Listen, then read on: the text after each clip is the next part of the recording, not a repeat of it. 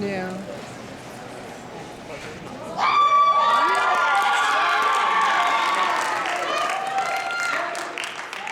Oh, wow, thank you. Wow, this is a good-looking crowd. What's there, like 2,000 people here? Wow. Don't look around, that's how many people here. I wouldn't lie. I have the worst luck ever. Like, no joke. I'm always having to deal with the consequences of things that happen to me that I have no conscious control of. Like, it happens so frequently that I have this little jingle that goes off in my head as sort of an alarm for the circumstance that just goes, "It happens to Sam." I just go on with my life like, oh well, that's what happens to me, on to the next thing.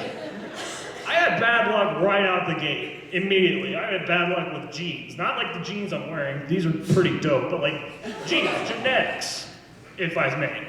But like, I'm 18 right now, and I'm balding. Look at this ridiculous hairline, come on, I look like an idiot. Give me some Rogaine, God.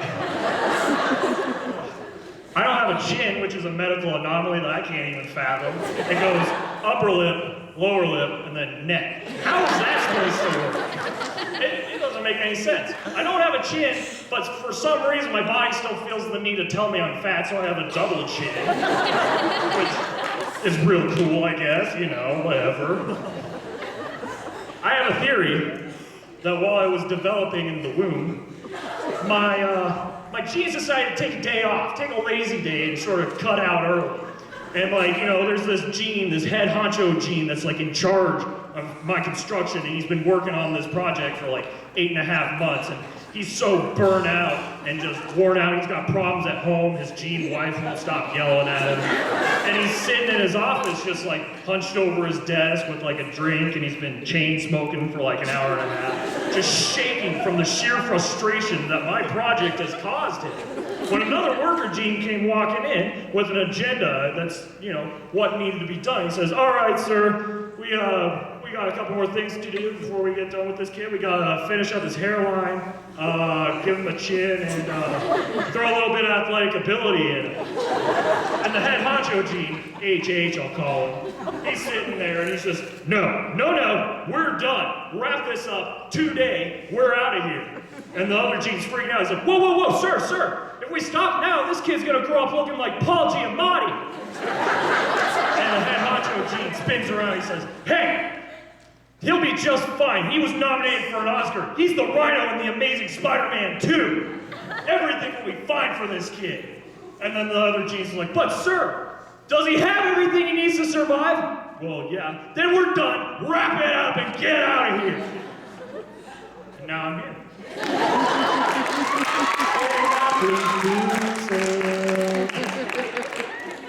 Oh, gosh. I think the biggest testament to how bad my luck is has got to be the amount of times I haven't been in a relationship. Oh yeah, when it comes to the girls, I'm in the zone. The friend zone. Now let me tell you about the friend zone for those of you who don't know. It's this thing where a man comes off as totally, completely mentally attractive to a girl. And you know, they have the same personality, they get along great, they have little jokes, but they don't have the physical goods to back it up. I'm almost expertly good at being mentally attractive. But when you're like me and running around and looking like the Rhino all day, there's basically 0 people waiting to fall in line to get at me. There's never been this criteria of a teenage girl that's like, I want someone who's really nice and really funny and looks like he's about 40, but in an 18-year-old's body. That just doesn't happen. It's because I'm nice. I'm really too nice, which I guess is a thing, I guess. But like, I get along with people great. I have a good number of friends. I love them all. But it's just like the second a girl says, all I want is a nice guy, and I just come jumping out like, ta-da! Here I am. They just look at me like, oh really? Are there any other choices? I'm like, no, this is what a nice guy looks like.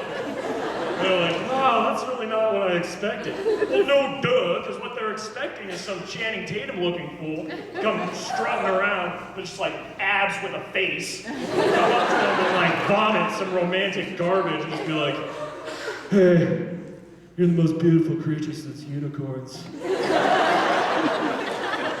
in reality, reality, that same guy comes walking up and he says something like this. Hey, you're meaningless garbage that I'm just gonna take for granted. But the girls are so enthralled with those abdominal muscles that they just hear the first thing for some reason, and it leaves people like me standing there like, what? This is insane! This is psychotic! How does this happen? Oh, God. And there's really nothing more like sociopathic than like trying to make yourself sound good when you're stomping on someone's heart. Because I love the lines. They're so great. They're like, you know, the lines like, oh, but we're such great buds, or why would you want to ruin a friendship this great? What? Why would you think that a person would want that? And then probably the best line, the gold medal winner, has got to be, I really don't want a relationship right now. Because how sadistic is it to not only say no, but to instill this sense of hope in the guy that maybe if he waits a certain amount of time, there's just going to be a day where the girl's like, all right, it's your turn to step up to the plate. Wow me, son! That doesn't happen. That doesn't happen. You know, I guess they try to rationalize by being like, oh, I don't want to hurt their feelings. Well, you're going to hurt their feelings either way. It's worse now because you've lied to them. And it's like, just say no for Christ's sakes. Don't prolong the suffering. I think the best way to diagram this whole friend zone scenario has got to be with a game of Texas Hold'em. So let's say you're in Las Vegas, you're at the Bellagio Casino. You're walking around and you see a table, an open table, and it's got this beautiful looking dealer. So you go up and you buy into the game. And she gives out all the cards, and you see your hand. You've got a full house. So you go all in, betting all your time and all your effort. And because you know you've got this in the bag. So you throw down your cards like, boom, full house, what's up? And she's impressed, don't get me wrong, she's real impressed, but then there's Johnny McToolbag at the end of the table, and he's got his hand, and he throws it down. He's got a full, royal flush. He wins. So she takes all of her time and effort and gives it all to him, while saying something like, I wish it turned out better. And then you're sitting there just dumbstruck and flabbergasted like, well, is there any way I can shift this towards my favor? And she says, well, you can keep on playing, but you're not gonna win. Right now. And you say, I like those odds. So you keep on playing, and you keep on losing. And it reaches a point where she starts to think, oh my God, this guy's a psychopath. And you're sitting there completely oblivious, just cocky, just like, oh yeah, she said not now, but I can wait till later. And then something happens, something changes, and all of a sudden, the pit boss won't let you guys talk to each other. Or she blocks you on Twitter. Or she says she can't deal to you right now because she wants to deal to, because she's got family problems. But in reality, she wants to deal to your friend. Or something like that.